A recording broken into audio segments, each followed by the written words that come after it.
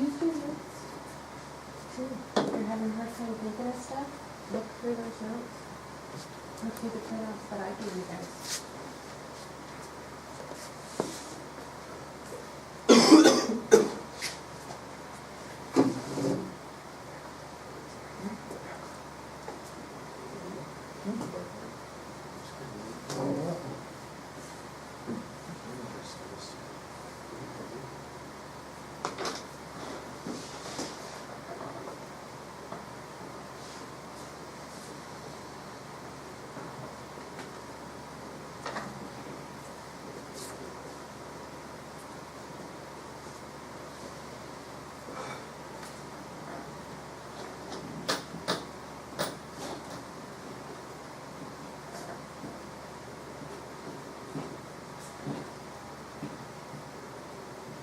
Keep writing.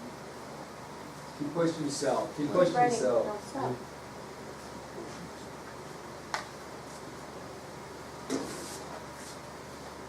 If you guys get stuck, just look in your notes.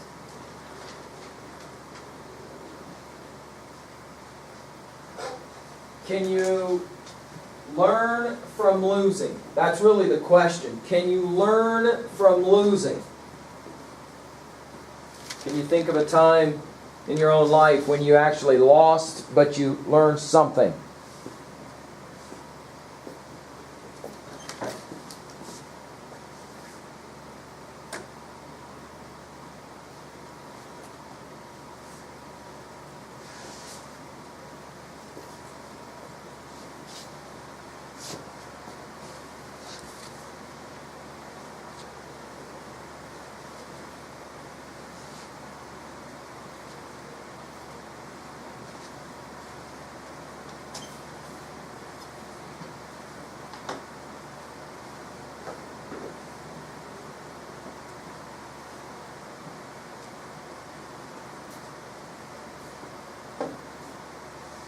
All right, I'll let you finish up that. The last thing you got to do with your annotation now for Old Man in the Sea, number 1, 2A, 2B, 3A, 3B. Right there on the paper, same paper. You're only going to need a couple of lines. Okay?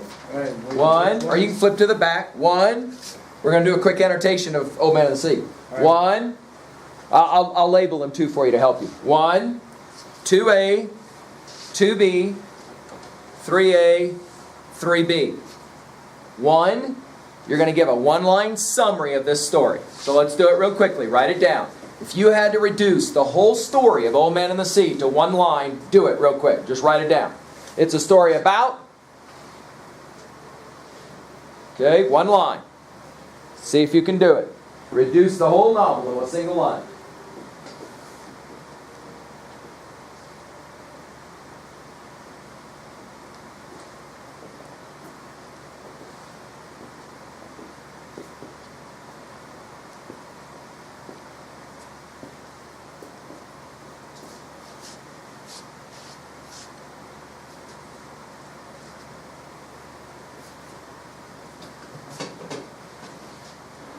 To A, one message or theme from this novel. Go, write it down. One message or theme from this story. What's this story supposed to teach you? One of them. Write it down. Bless you. Just one. That's all you need. Doesn't even have to be written in a full sentence, you know. By the way, if you could think of more than one, write it down real quickly. I mean, if you see that other people are still working. Maybe you can consider what's the most important message or theme from this story. Maybe that's a way to think of it. What's the most important message or theme for this story?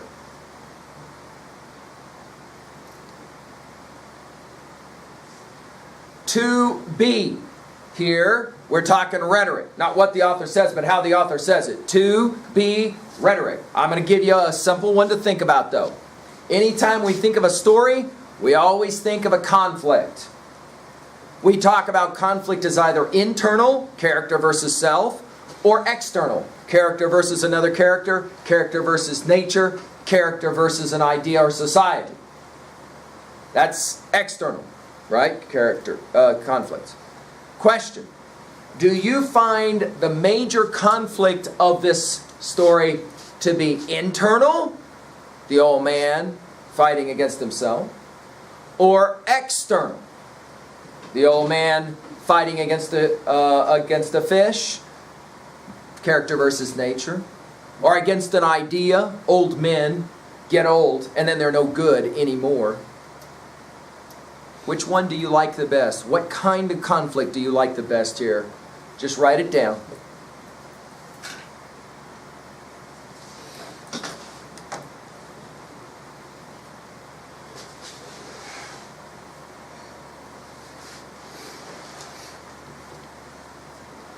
Three A.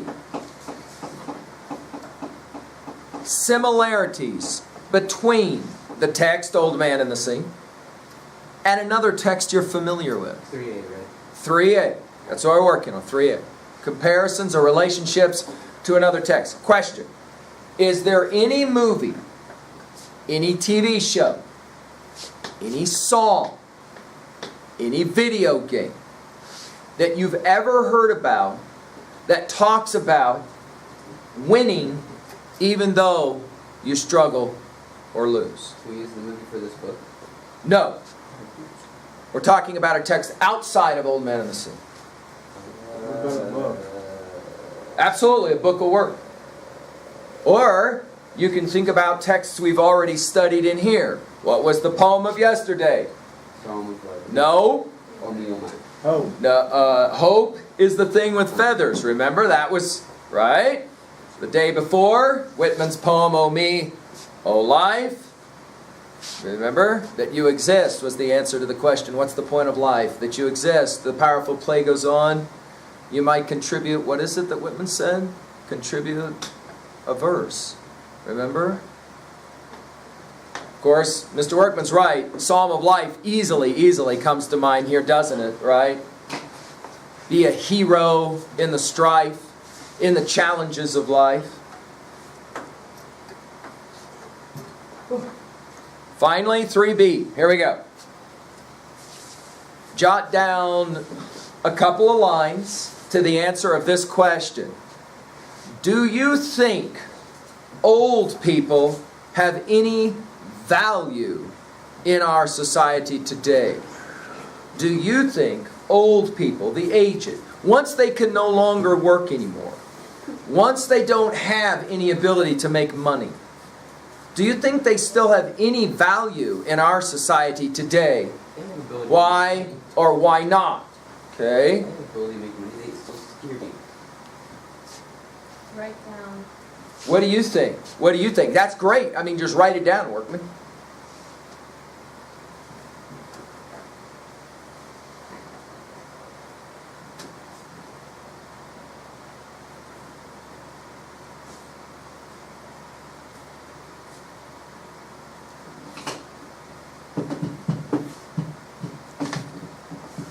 All right, take out another blank sheet of paper. Let's get ready for our annotation exercise, and then we'll head to our break, okay? On that blank sheet of paper, very quickly, down the left-hand side, 1, 2A, 2B, 3A, 3B. Basically the project that we just did with Old Man and the Sea, right? Down the left-hand side. By the way, there ain't going to be nobody on the outside that can argue we didn't do a little bit of reading and writing. Would you agree with me? We're earning our high school credit in here, aren't we? Right? We're earning our high school credit in here. Castor says we need to be writing more. Is that what you were saying? Oh, I thought that's what you were saying. No, I said, why are we bringing So we're now working with red ink, because we're doing annotation now, with red ink. And on the left-hand side of the page, somebody need a red pen? You got one, babe? Left-hand side of the page, number 1, skip a few lines. You're working on the left-hand side of that red line. 1, 2A, 2B, 3A, 3B, and you want to open your anthology or your hymnal to page 145. We're going to look at a very famous little poem. Some of you maybe have already been introduced to this poem once before. 145. That's a play, not a poem. 145. Go ahead and put the title of this little poem. The Donald Justice poem, Anson, The Rose Garden. Again, this is a very famous little poem. You may have been, 145. You may have already been introduced to this poem once before. It's possible. So you log in. You put today's date there. You have the page number. You have the title of the text. Incident in a Rose Garden. Okay? And now we go through a process of annotating again. Hey, one more time, just to remind you. Here in about 80 days when you start again school, and you're given anything to read in English class, I want you to be able to remember, how did the old man in 303, how did Mr. McGee teach me to look at a text so I can read it on multiple levels, namely 3? How did we do it? Oh yeah, if I could do it then, I can do it now. See what I'm saying? I will test you before the end of our summer session, where I will give you a text, but I'm not going to talk about it with you. I'm going to make you do your own annotation of the text. Right? Right now I'm just teaching you how to do that. So as we do it, that's what you want to be doing, paying close attention. How does he do it? Starting, we always write our numbers down, don't we? That's the first thing, right? Secondly, you got your book open to 145. You've got the title of the text written down. You got the author's name written down. Donald Justice is our famous author here. Incident in a Rose Garden is our poem. Okay? Now I'd like to point out real quickly, this is a poem that runs from 145 to 146. Do you see it? Okay? So it goes to 2 pages, all right? Alright, are we ready to read? We'll start always by reading it. Then we come back to begin the process of exegesis, interpretation, figuring out what it means. Let's look at it. Incident in a rose garden. The gardener came running. An old man, out of breath, fear had given him legs. "Sir, I encountered death just now among the roses." Thin as a scythe, he stood there. I knew him by his pictures. He had his black coat on, black gloves, a broad black hat. I think he would have spoken, seeing his mouth stood open. Big it was, with white teeth. As soon as he beckoned, I ran. I ran until I found you. "Sir, I'm quitting my job. I want to see my sons once more before I die. I want to see California." We shook hands. He was off. And there stood Death in the garden, dressed like a Spanish waiter. He had the air of someone who, because he likes arriving at all appointments early, learns to think himself patient. I watched him pinch one bloom off and held it to his nose. A connoisseur of roses. One bloom and then another. They strewed the earth around it. "Sir, you must be that stranger who threatened my gardener." "This is my property, sir. I welcome only friends here." Death grinned, and his eyes lit up with the pale glow of those lanterns that workmen carry sometimes to light their way through the dusk. Now with great care, he slid the glove from his right hand and held that out in greeting. A little cage of bone. "Sir, I knew your father, and we were friends at the end. As for your gardener, I didn't threaten him. Old men mistake my gestures. I only meant to ask him to show me to his master.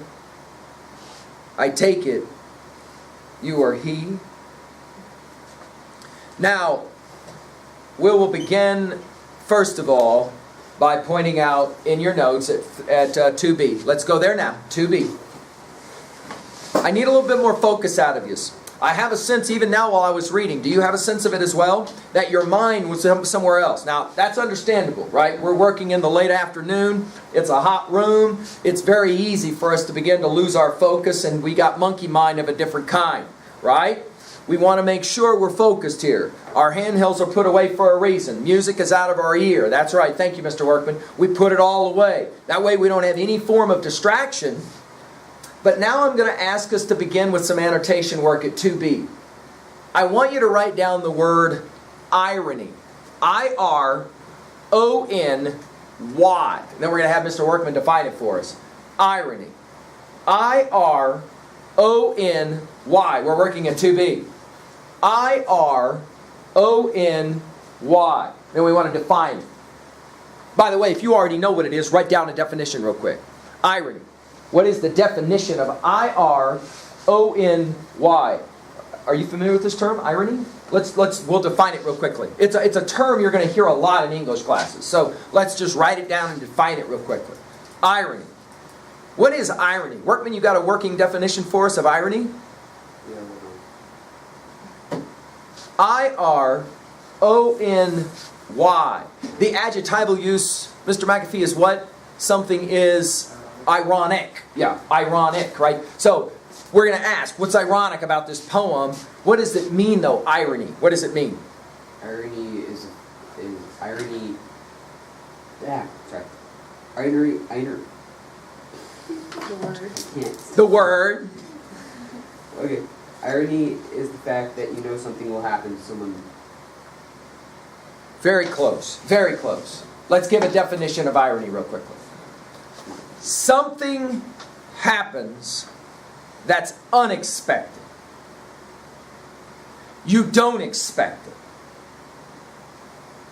Okay? Irony.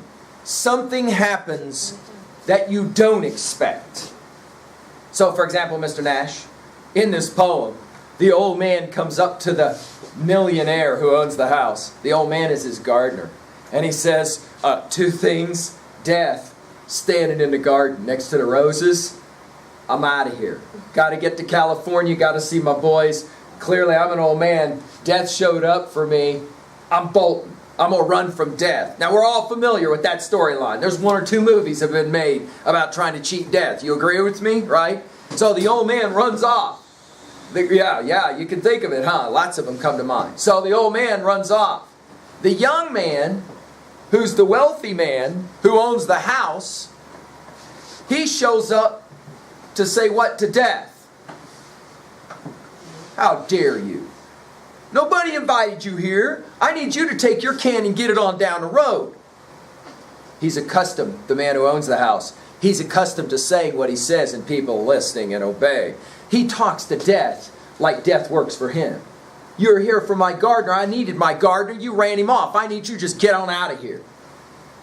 We're told death smiles politely and looks back at him and says, oh no, I wasn't here for the old man. What? I'm here for what? Right? I'm here for you. George Bush. Yeah, I'm here for you. This ain't got nothing to do with the old man. Old men sometimes think I'm here for them. In other words, when you're old, you're supposed to die. But I ain't here for him. I'm here for the master of the house. I assume that's you. And it's at that moment we got irony. Right? The master of the house is like, whoa, whoa, whoa. You need to just stay out of my business, Death. Running off my gardener. It's hard to find a good gardener. You need to get out of here. The master of the house is young and rich. He has no idea that death could be what? Showing up for him. No idea. No idea. This will be the essence of irony, right? Now let's talk about the poem in its title. What is interesting that the word incident gets used?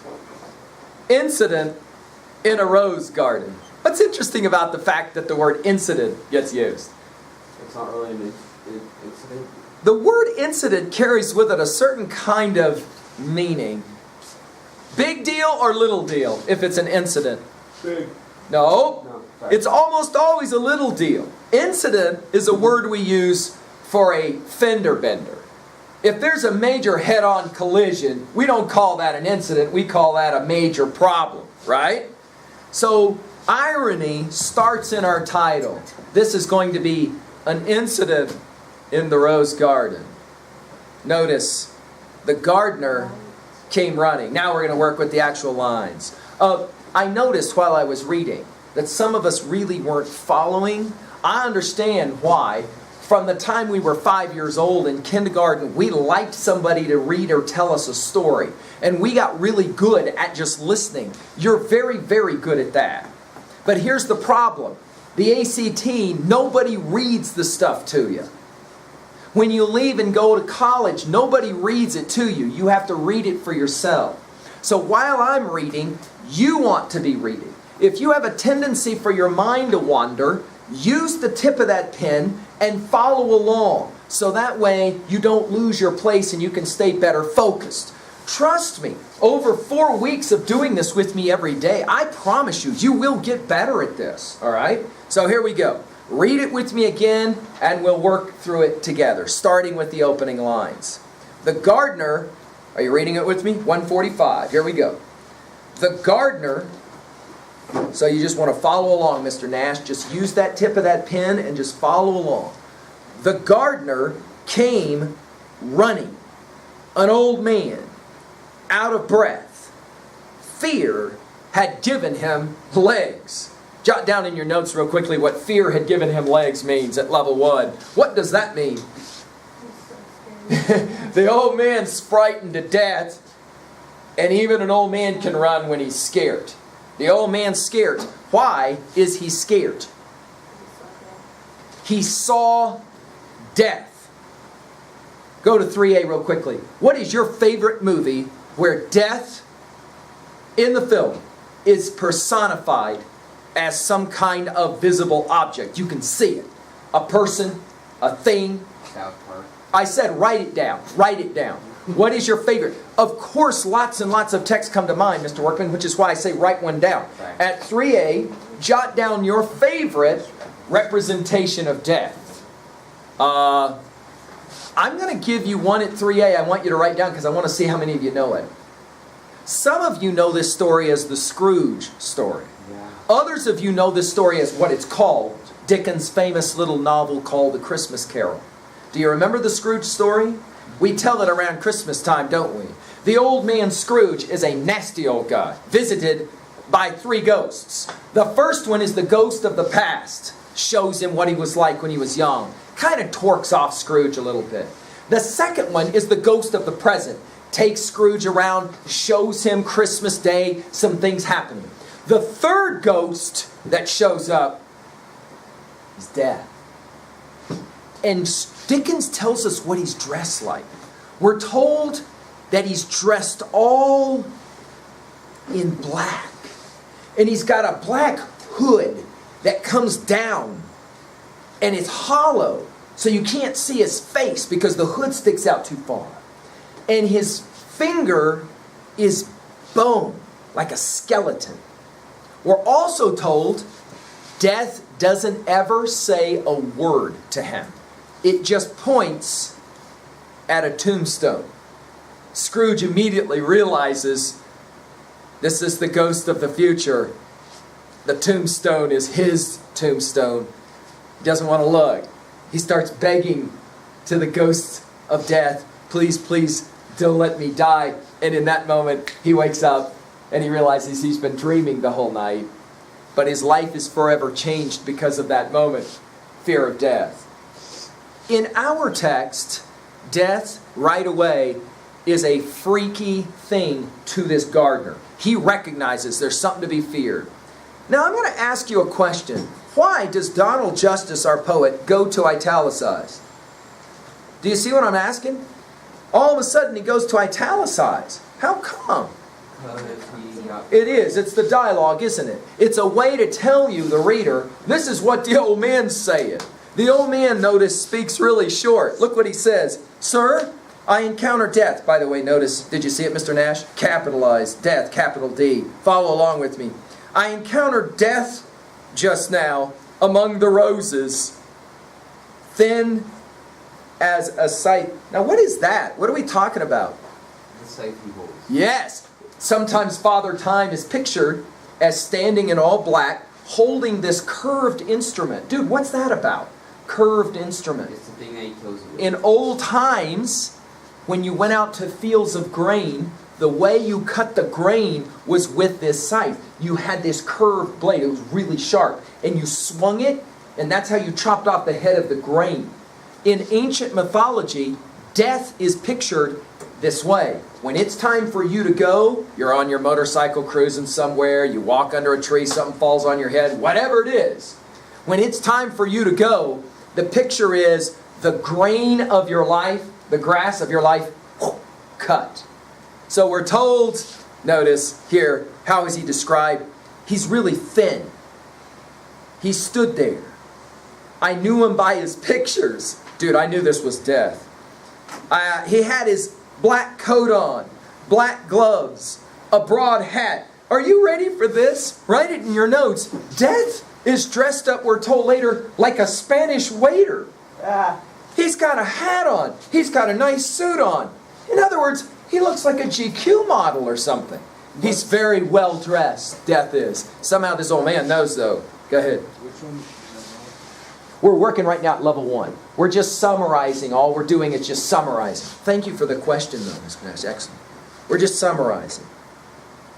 He had a black coat on, black gloves, a broad black hat. Line 10. Look at it. Read it with me. I think he would have spoken, seeing his mouth stood open. Big it was, with white teeth. As soon as he beckoned, what does beckoned mean?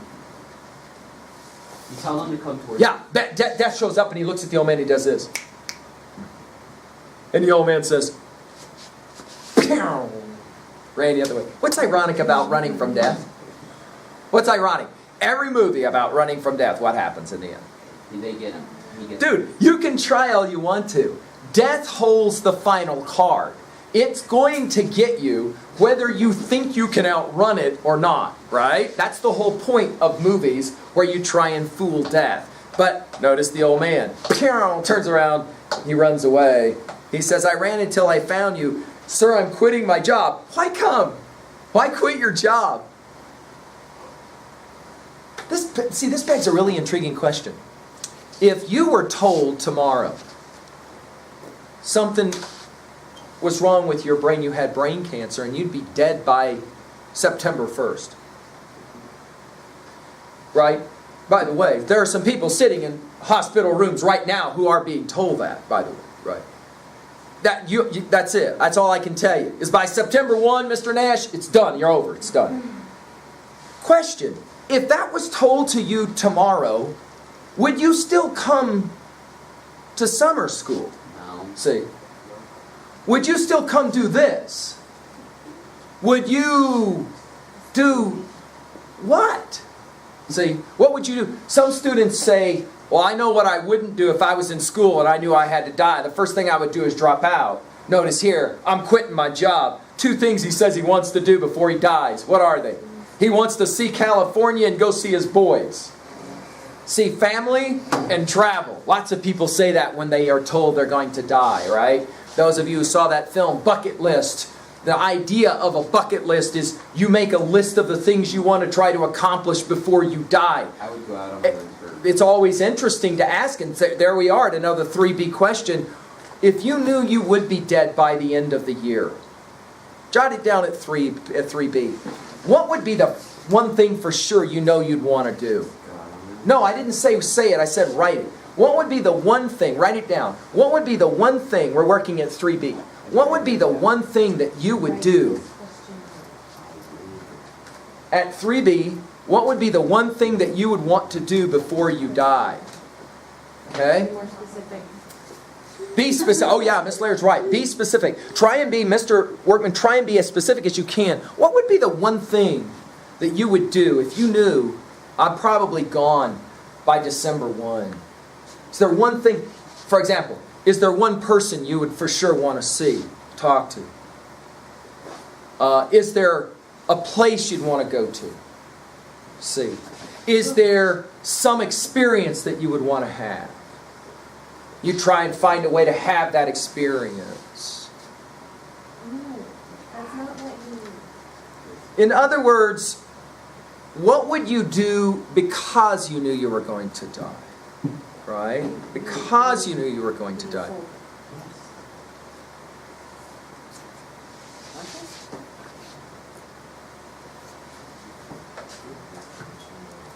Notice, the old man is the master of the house. Last line on page 145. By the way, that's an intriguing question. It isn't about what would you do before December 1. Some of us look around the room and say, I'd like to know what he or she would do. That would be interesting. Of course, let's say it out loud. People who this really happens to often will report to me, the last thing I wanted to do was to change any of my schedule. I wanted to try and live my life fairly normal. I didn't want to do anything crazy. I didn't want to do anything outlandish. I just wanted to continue to live the life I was already living. Which is an interesting question, you know. What would it be for you? And would it be different if you knew it was for real as opposed to a thought experiment? Right? Notice, they shake hands. And the old man leaves. Turn the page. And there stood death. Look at it with me, top of page 146. There stood death in the garden, dressed, follow it with your pen so you can follow me, dressed like a Spanish waiter. What is a comparison using like or as? A what? A comparison using like or as. A what? A simile. Very good. A simile, right? There it is, standing dressed like a Spanish waiter. He had an air, I'm going to ask you what this means. He had an air of someone who, because he likes arriving at all appointments early, learns to think himself patient. What does that mean? He likes to get there early to see what they're doing. Kind of said, you know, one of these. Oh, very nice of you to show up. What's ironic? Dude, I didn't know you were going to be here. I always show up at this time. Oh, that's all right. I'll wait on you. I got all the time in the world. I'm deaf. I got no worries about time. What's the obvious? You, on the other hand, what's the obvious? You ain't got no more time left. It's done. It's all over, right? He, as if, you know, he likes to arrive early and go, waiting, just waiting. Kind of tapping his foot like, sooner or later, you got to show up. It's not like you can get anywhere. I'm here for a long time. I'm here for a lot longer than you. Notice he continues. I watched him. This is an interesting word picture. Read it with me. Line 26. Follow it with your pen if you need to. I watched him pinch one bloom off. What does that mean? A flower. He's standing in a rose garden. I watched him pinch one bloom off, hold it to his nose.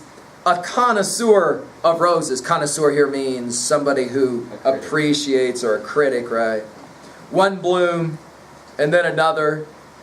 Whoa, he's standing in a rose garden, picking live flowers off the stem and dropping them to the floor. Now, once he picks them off the stem, what happens to the roses? They die. They are dead, right? So, what's interesting about this? Death. What? How are you going to say this?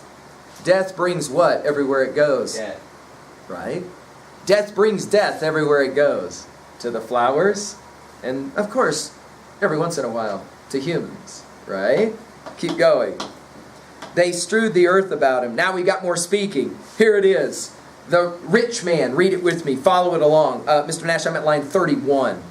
Sir, he's speaking. You must be that stranger who threatened my gardener. This is my property, sir. I welcome only friends here. In other words, what's he tell death? You're not, you're not appreciated here. I need you to get out of here. Notice the response. Death grinned. And his eyes lit up. Now, some students of mine don't realize that the jack-o'-lantern of Halloween, when you gut a pumpkin and you draw that smile, that is the smile of death. In the ancient tradition, that's exactly what it was. That grin, right? Notice Justice will play the game of a jack-o'-lantern. Would those majors keep away ghosts and stuff? There's all kinds of reasons why people carved out a pumpkin, right? And what it meant. Some of it was positive and some of it was negative. It's a fascinating study. If you want to Google, study that. It's really interesting. Death grinned. His eyes lit up with the pale glow of those lanterns that workmen carry sometimes to light their way through dusk. And then, now watch this one. With great care, he slid the glove from his right hand and held that out in greeting. A little cage of bone. He wants to shake the guy's hand, and it's nothing but skeleton. Notice how polite death is. Let me introduce myself to you. About when you touch death, you die. Yeah, see, that's the whole point, isn't it? Thank you, Mr. Workman. You don't ever want to shake hands with death. The minute you touch death, what? There's a reason why it's called death, okay? But then look what he says. Sir, notice every time it's sir. I knew your father, and we were friends at the end. What does at the end mean? When you die. I was there when your dad died. We made an agreement. We had an understanding. We were friends at the end. As for your gardener, I did not threaten him. Old men mistake my gestures when I beckoned him. I only meant to ask him to show me to his master. I take it you are he.